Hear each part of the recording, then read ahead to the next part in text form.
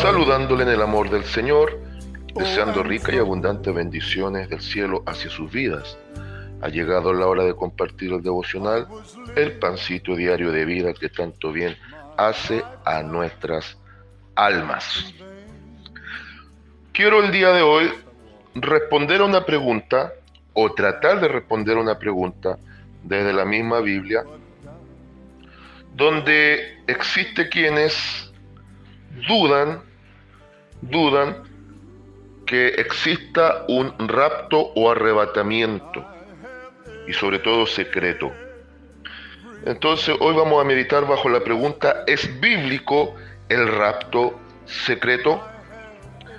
Creo que es una pregunta de mucho peso, es una pregunta importante.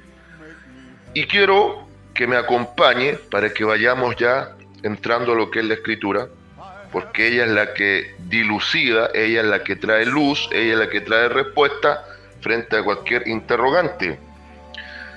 Acompáñenme a San Juan capítulo 14, versículo 1 al 3. San Juan capítulo 14, versículo 1 al 3. Y aquí pondré mis bases, mi fundamento, mi apoyo teológico y bíblico para decir que sí, la Biblia sostiene un rapto secreto. San Juan 14, del 1 al 3, Jesús, el camino al Padre. Y dice así la palabra del Señor: no se turbe vuestro corazón. Creéis en Dios, creed también en mí. En la casa de mi Padre muchas moradas hay. Si así no fuera, yo os lo hubiera dicho. Voy pues a preparar lugar para vosotros. Y si me fuere y os preparare lugar, vendré otra vez y os tomaré a mí mismo, para que donde yo estoy, vosotros también estéis. Amén. Cuando hablamos de rapto o arrebatamiento, según el enfoque teológico, nos estamos refiriendo a un evento especial que parte bajo el fundamento, y escúcheme bien, de una promesa de Dios. Una promesa de Dios. Y la Biblia nos muestra a un Dios que cumple sus promesas. En el libro de Números se dice de Dios que Él no es hombre para mentir, ni hijo de hombre para arrepentirse. Aquí el Señor Jesucristo lo primero que comienza diciendo es: no se turbe vuestro corazón. Número 1. Hoy por hoy hay mucho corazón de iglesia que está turbado, con distintos tipos de doctrina. Predominan muchas voces, pero poca voz de Dios por medio de redes sociales y de internet. Hay mucha enseñanza errónea. Hay quienes se alimentan a través de teologías diferentes. Usted jamás va a encontrar una sana doctrina a través de ciertas enseñanzas heréticas. Jamás. Por ahí hay algunos que se alimentan de lo que dicen los vigías de la torre, los atalayas, los testigos de Jehová. Por ahí hay otros que indagan en el gran fiasco del advenimiento del día de Jehová a través del adventismo. Y así podríamos enumerar muchas. Pero muchas de ellas están fuera de foco bíblico. Aquí hay que tener algo muy claro, amada iglesia, bajo un principio de la hermenéutica. ¿Qué es la hermenéutica? Es la ciencia, es el arte de la teología que nos enseña a la sana interpretación de la Escritura. Y uno de sus principios dice que la Biblia interpreta Biblia. La misma Biblia nos va dando la respuesta. ¿Qué está diciendo aquí el Señor Jesucristo en una gran promesa a los suyos? Aquí no se lo dijo al particular en general de todos, aquí no se lo dijo al general de todos, aquí lo dijo en particular a los suyos, a sus discípulos. Primero le dice: no se turbe vuestro corazón. Cuando el corazón está turbado es cuando hay confusión, cuando hay un corazón que está alterado, cuando muchas veces viene la poca fe, viene el estar inquietos, viene el hecho de estar confundido, y así hoy por hoy hay muchos que están. Después dice: cree en Dios, creed también en mí. No se olvide que aquí Cristo se va a presentar como el único camino, verdad y vida al Padre, y el único conducto por el cual hay que pasar para llegar al Padre. Él ya en San Juan 10 lo había dicho, que Él es la puerta de las ovejas, y solo por medio de Él tenemos acceso a Dios. Y aquí comienza la gran promesa. En la casa de mi Padre muchas moradas hay. Lugar, habitación, permanencia eterna con Dios. Gran promesa. Si así no fuera, yo lo hubiera dicho. En otras palabras, es una seguridad plena, es una promesa con cumplimiento fidedigno. Porque si no fuera así, Jesucristo nunca había entrado a plantear esta temática. Voy pues, atención aquí, a preparar lugar para vosotros. Algunos dicen que fue a preparar moradas. No, no, no. Las moradas han estado eternamente esperando a los hijos de Dios. ¡Yujú! El lugar ha estado siempre con sus moradas preparadas. Pero Él fue a preparar el lugar. ¿Cuándo comenzó la preparación del lugar? Comenzó desde la cruz. Porque ahí se abrió el acceso. ¿Cuándo ya se completa esto genuinamente de que el lugar fue preparado y está siendo preparado completamente? Desde el momento que se rasgó el velo del templo, a posterior de la muerte de Jesucristo en la cruz. Se rompe de arriba hacia abajo el velo del templo, algo que parecía imposible. Eso indica que nuevamente el hombre puede retornar a Dios. El hombre nuevamente accede al paraíso que por culpa de Adán y Eva fue cerrado al hombre. Entonces Él fue a preparar lugar, no morada. No se olvide, las moradas siempre han estado, pero Él fue a preparar el lugar. Él preparó todo el escenario desde la tierra para facultar la entrada al cielo, y ahora ya está haciendo los preparativos finales para retornar por lo suyo. Por eso dice, y si me fuere y os preparare lugar, vendré otra vez, promesa fidedigna, y os tomaré a mí mismo. ¿Por qué? Porque donde esté el Espíritu de Dios, ahí está la presencia de Jesucristo como el sello, y a través de eso serán arrebatados los que realmente estén sellados y estén con su nombre inscrito en el reino de gloria, para que donde yo estoy, vosotros también estéis. Entonces, partamos de este fundamento. El arrebatamiento de la iglesia, o rapto, es una promesa de Dios, y eso se cumplirá. Ahora, ¿por qué secreto? Porque es solo para la iglesia, no para el común de la gente. Es para el grupo de los salvados y redimidos por la sangre del Señor Jesús. Eso tenemos que tenerlo claro. Ahora, ponga atención aquí, vamos a Hebreos 9, 27 y 28. Mire lo que dice la palabra del Señor. Y de la manera que está establecido que los hombres mueran una sola vez y después de esto el juicio, ojo aquí, que hubo hombres en Biblia que no murieron, y la idea de la no muerte de Elías y siendo arrebatado al cielo también es un cuadro del arrebatamiento de la iglesia como algo secreto, que no fue a ojo de todo público, fue algo repentino, donde el ojo de Eliseo lo pudo ver, pero no para todos. Por eso, solo la iglesia podrá participar de este rapto secreto.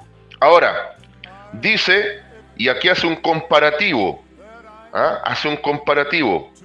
Así también, Cristo fue ofrecido una sola vez para llevar los pecados de muchos. Está hablando de la primera venida del Señor Jesús, que vino en carne, en condición de siervo, y a morir por causa de nuestros pecados. Y ahora dice, y aparecerá por segunda vez, sin relación con el pecado, para salvar a los que le esperan. ¿Acaso todo el mundo espera al Señor Jesús? ¿Por qué tendría que manifestarse en su segunda venida a rescatar a todo el mundo, si va a venir solamente a rescatar a los que le esperan? ¿A quiénes? A los que Él prometió morada. Pero esos tienen que vivir conforme a lo que Él estableció. Solo el cristiano genuino, que ha nacido de nuevo, que tiene su nombre inscrito en gloria, aquel que ha vivido conforme a la voluntad de Dios, esos serán los que participarán de este rapto secreto. ¿Ah? Y es una realidad ineludible a la cual hay que estar preparado. Ahora, ¿por qué hay tanta confusión, sobre todo en estos tiempos, respecto del arrebatamiento, respecto del rapto, respecto que incluso predicadores que por años hablaron del rapto ahora han callado y han negado? Es porque el diablo está trabajando presurosamente porque le conviene una iglesia dormida, una iglesia sin preparación. ¿Dónde también está la confusión? La segunda venida del Señor Jesucristo es un evento único, pero que se divide en dos partes. Tiene dos partes bien definidas. El arrebatamiento, primero, y después la segunda venida visible. Por eso algunos se confunden cuando en Apocalipsis Cristo dice, o se dice más bien dicho, que todo ojo le verá. Todo ojo le verá. Ahí en la ascensión que aparece en el libro de los Hechos, capítulo 1, desde el versículo 6 al 11, los ángeles, estos varones, le dicen a los discípulos sorprendidos, no se sorprendan, que así como les habéis visto ir, así volverá. Y en Zacarías 14 se nos dice que de donde ascendió, ahí él descenderá visiblemente al mundo. Y se producirá un terremoto y el monte de los olivos hará la señal de la cruz partiéndose en cuatro. Si no cree, búsquelo, en Zacarías 14 lo va a encontrar, confirmando lo que los ángeles en el libro de los Hechos cuando él asciende dicen. Pero ahí hay que poner atención a algo. Ahí va a ser su vuelta visible al mundo, porque él vuelve por segunda vez, primero para llevar a la iglesia, a la cual le prometió esas moradas eternas, pero también después viene a salvar a un remanente gentil que va a ser alcanzado a salvación en el tiempo tribulacionista, pero su foco central es salvar a Israel del asedio de las naciones comandadas por el anticristo que le van a querer destruir. Vea usted que la iglesia no aparece por ni un lado en el Apocalipsis. La iglesia desaparece al inicio del capítulo 4 cuando hay otra figura de un rapto secreto, cuando a Juan se le dice sube acá, y Juan se encuentra en el cielo viendo la gran revelación que se le presenta. Y de ahí en adelante comienza toda la preparación para los grandes juicios denominado el tiempo tribulacionista. Y solo la iglesia regresa con Jesucristo en su segunda venida visible, donde todo ojo le verá, solo recién, si usted lo observa en el capítulo 19. ¿Ah? Todo el capítulo 4 nos habla del arrebatamiento, y desde el capítulo 5 hasta el final del 18 la iglesia no aparece por ni un lado aquí en la tierra. Eso ya da evidencia clara por Biblia que es un evento de dos etapas. Cristo viene primero por la iglesia y después de 7 años, que equivale al tiempo tribulacionista o la semana 70 de Daniel, que usted la encuentra en Daniel capítulo 9, ahí se va a cumplir los 7 años y Cristo desciende con la iglesia, sobre todo a salvar a Israel.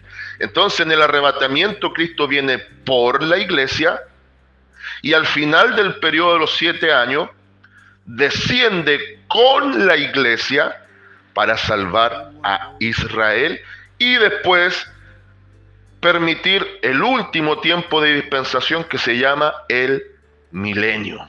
Ahora voy a hacer un pequeño paréntesis. Hay algunos que dudan, no pocos, muchos en realidad, que sea una doctrina bíblica y culpan supuestamente a un predicador que tenía origen irlandés y al mismo tiempo inglés, era como un mestizo, llamado John Nelson Darby, a mediados de los años 1800. Él presentó la doctrina de las dispensaciones, las cuales desde la humildad las encuentro totalmente bíblicas. Hay otros que creen solamente en las doctrinas del pacto, pero si vamos a la Biblia, tanto las doctrinas de los pactos que Dios hace con el hombre, y las doctrinas de las dispensaciones son totalmente equivalentes. No hay contradicción en aquello, porque así como Dios hizo pactos, Dios también ha presentado formas de salvación en los distintos tiempos. ¿Dónde está la contradicción?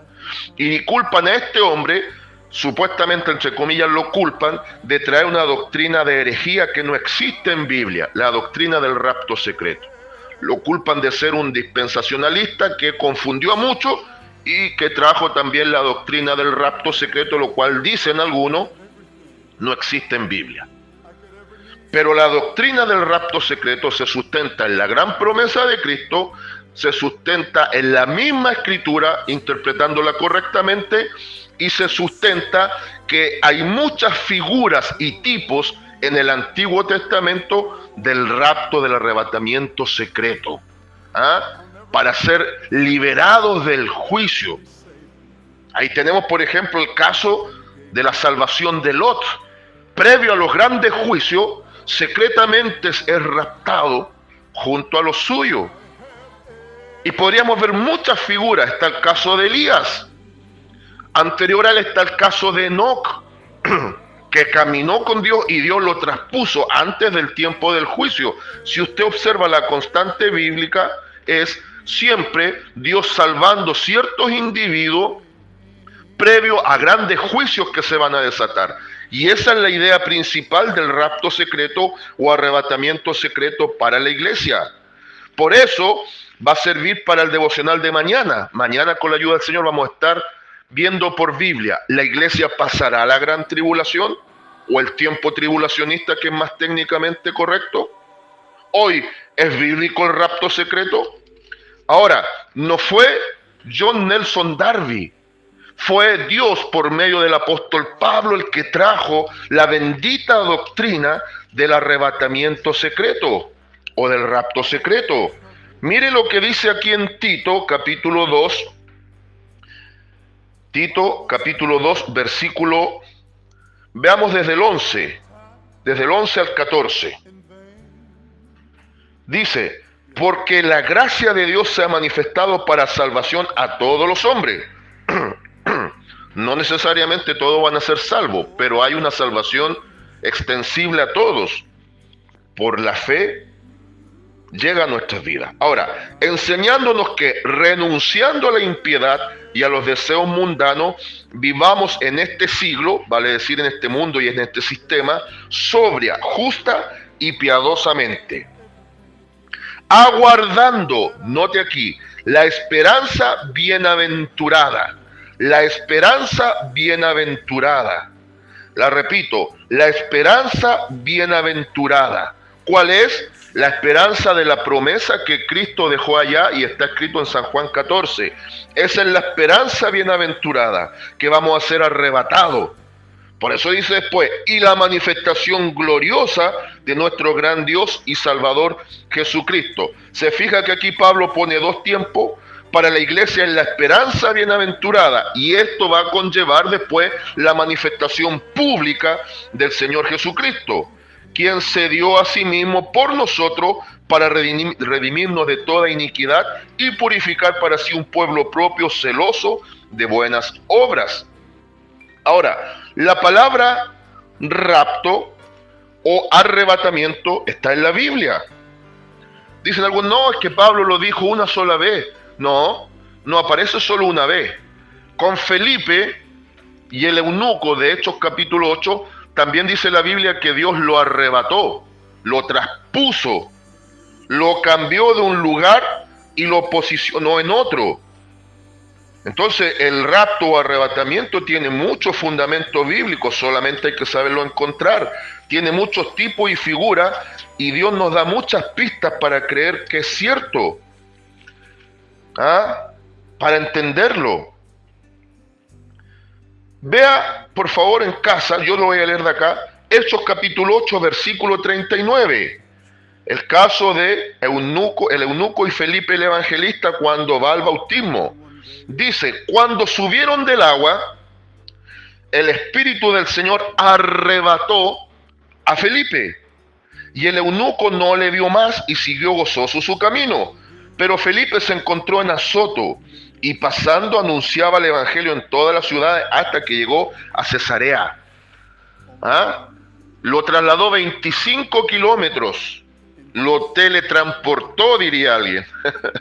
El arrebatamiento justamente consiste en eso, un cambio de posición violento y repentino. ¿Cómo entenderíamos entonces la dualidad de la segunda venida de Cristo? Que Él dice que viene como ladrón en la noche. ¿Acaso un ladrón avisa? Por eso es secreto el rapto. ¿Acaso un ladrón da pistas cuándo va a entrar a robar? No. ¿Y cómo entender y conciliar que al mismo tiempo diga y todo ojo le verá? Sencillo, viene como ladrón en la noche, donde muchos van a ser sorprendidos, pero los que estén vigilando y esperando van a ser levantados. Ahora, después que este proceso ocurra y permita al Señor levantando la iglesia y activándose el tiempo tribulacionista terrible de 7 años, ahora descenderá con la iglesia a concretar la parte final de todo su plan de salvación. Ahora su foco va a ser un remanente gentil salvo y un gran remanente judío que será salvo en ese proceso para preservarlos, para que no sean destruidos. Y ahora se va a cumplir que todo ojo le verá, pero le verán para lamentar, porque nunca creyeron a lo que la Biblia decía. Mire, acompáñeme por favor a Primera los Tesalonicenses capítulo 4. Versículo 16 al 18. Porque el Señor mismo, ¿quién? Jesucristo el Señor. No se olvide que en hebreo decía que viene por segunda vez. Porque el Señor mismo con voz de mando, con voz de arcángel y con trompeta de Dios. ¿Por qué presenta esto Pablo? Porque ya no viene como el manso cordero al sacrificio. Ahora viene como el león de la tribu de Judá a juzgar y a luchar.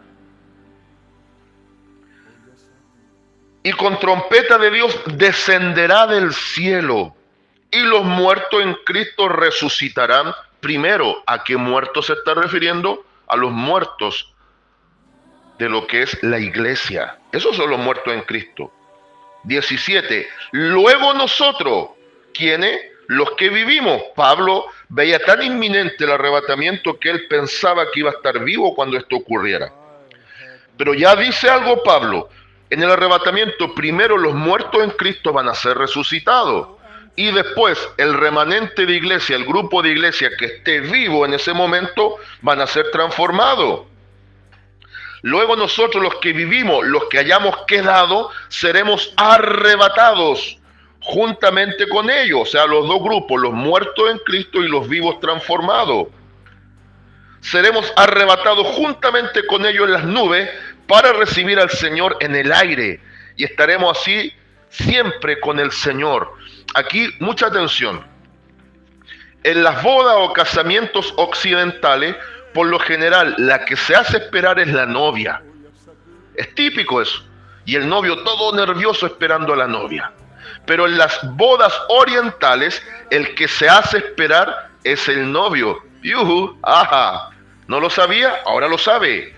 En las bodas orientales, el novio es el que se hace esperar.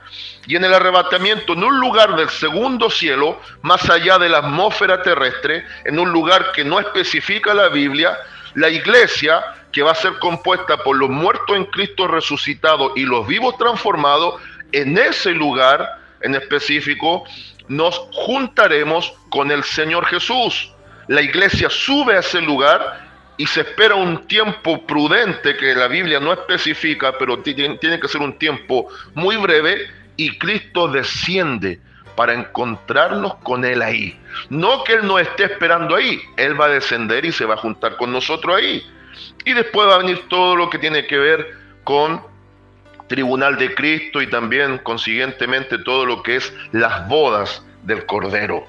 Ahora, dice, por tanto, alentados los unos a los otros con estas palabras. El tema es que esta palabra que se usa aquí, que es la misma que se usa ya con Felipe, es la palabra harpazo, con H y Z, harpazo. Suena similar a zarpazo. ¿Has visto cuando una bestia, una fiera da un zarpazo? Agarra con sus garras y arrastra a su presa. Bueno, es muy similar la palabra. Harpazo significa rapto, arrebatamiento. Y e implica lo que les decía, es tomar violentamente y cambiar de posición geográfica a un individuo o a un grupo. Acá en Biblia, el harpazo, rapto o arrebatamiento es precisamente eso: tomar en un momento determinado, rápida y violentamente a lo suyo para librarlo de los grandes juicios que serán desatados. Bendito el nombre del Señor. Entonces vemos que no es invento de un hombre al que se le ocurrió, fue revelación de Dios dada al apóstol Pablo para que la iglesia estuviese apercibida. Ahora, ¿hay fecha para el rapto? Todo aquel que ponga fecha al rapto es un falso maestro, porque no hay fechas. Sin embargo, Cristo dejó muchas señales previo a su segunda venida. Por ende, debemos entender que cuando estas señales se estén dando es porque el arrebatamiento, que es el primer proceso de este gran evento doble, va a tener curso. Lo dejó claro establecido en San Mateo 24, en San Lucas 21, en San Marcos 13, más la promesa de San Juan 14. Pablo el apóstol, en 2 a los Tesalonicenses capítulo 2, dejó dos grandes promesas, o más bien dicho, dos grandes señales que dan pie y dan fuerza a esta promesa, dos grandes señales que están plenamente cumplidas y una a punto de cumplirse. La gran apostasía de la iglesia, que es la iglesia que se durmió, la iglesia que está sin fe, la iglesia que no está practicando la Biblia, la iglesia que está fuera de la verdad de Dios. Y ese es el tiempo presente. Pero también dice que no vendrá el Señor Jesucristo sin que antes se manifieste el anticristo. Ahora, ojo, creo yo que la iglesia va a alcanzar a vislumbrar cuando el anticristo esté a punto de posicionarse en el poder mundial. Y eso hoy por hoy, en tiempo presente, en tiempo real, lo estamos viendo a pasos agigantados. Se huele a diablo, se huele a azufre, se huele a anticristo. El anticristo ya está en el mundo, ya está operando fuertemente y está a punto de sentarse en el trono que le tienen preparado. Creo que la iglesia va a alcanzar a observar cuando este hombre se entrone y nos vamos con el Señor. Quizá puede ser que estoy especulando, pero el contexto de lo que dice el apóstol Pablo da pie para entenderlo así. Ahora, veamos rápidamente también otro versículo, confirmando lo que decía 1 Corintios 4 del 16 al 18. Hay dos grupos en el arrebatamiento: muertos en Cristo resucitado y vivos transformados. Mire lo que dice Pablo ahora, corroborando eso, hablando de la resurrección de los muertos, en 1 Corintios 15. Eso de la resurrección de los muertos da para un tema aparte profundísimo, pero quédese con esto. 1 Corintios 15, 51 al 58. He aquí os digo un misterio. ¿Qué es un misterio de Dios? Una revelación. Algo que había estado oculto, ahora Dios lo trae a la luz. Ese es un misterio de Dios. Aquí os digo un misterio: no todos dormiremos. Aquí Pablo está hablando del creyente que ha fallecido. Solo para el creyente fallecido y para los niños, Pablo y la Biblia usa la palabra dormir. No necesariamente un dormir de inconsciencia. Está hablando para diferenciar al muerto en Cristo, al niño, al infante que muere, del común de la gente que muere en sus pecados. No todos dormiremos, pero todos seremos transformados, vamos a mutar. En un momento, en un abrir y cerrar de ojos, a la final trompeta. No hay que confundirse con las trompetas del Apocalipsis, que son trompetas de juicio. Esta es la única trompeta de convocatoria. Es el toque del shofar que se daba en el tiempo del Antiguo Testamento para convocar al pueblo a reunión. Ahí, a la final trompeta, porque se tocará la trompeta y los muertos serán resucitados incorruptibles y nosotros seremos transformados. Por eso Pablo habla de la segunda venida de Cristo y nuestra reunión con Él.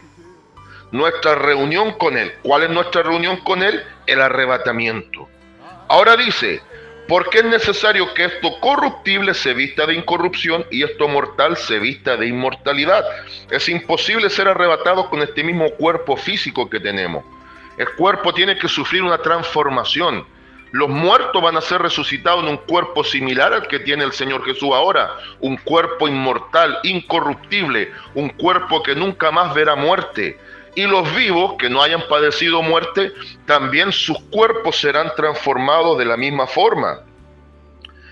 Y cuando esto corruptible se haya vestido de incorrupción, y esto mortal se haya vestido de inmortalidad, entonces se cumplirá la palabra que está escrita: sorbida es la muerte en victoria. Citando Isaías, ¿dónde está, oh muerte, tu aguijón? ¿Dónde, oh sepulcro, tu victoria? Pablo cita a Oseas ahora. Ya que el aguijón de la muerte es el pecado y el poder del pecado la ley. No se olvide que la ley nunca fue para salvación, la ley fue para evidenciar el pecado. Más gracias sean dadas a Dios, que nos da la victoria por medio de nuestro Señor Jesucristo.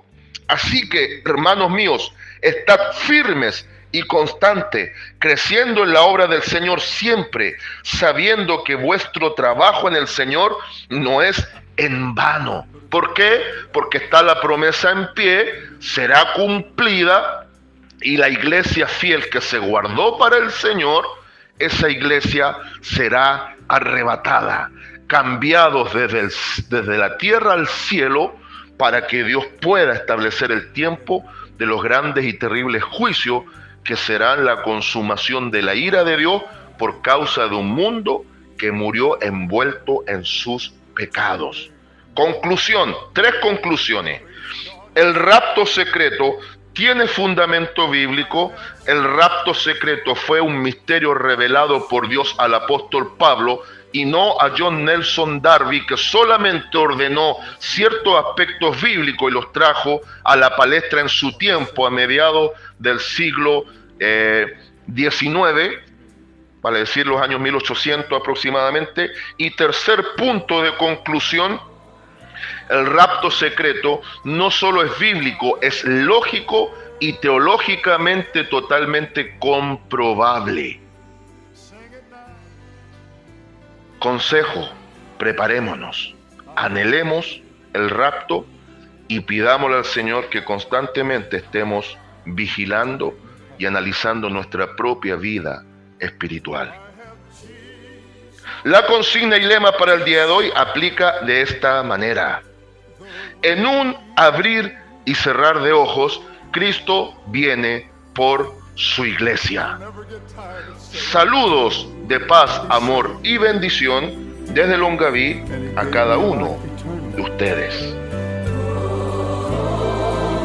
And now I have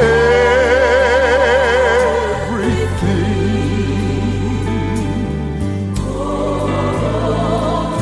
And now I have everything.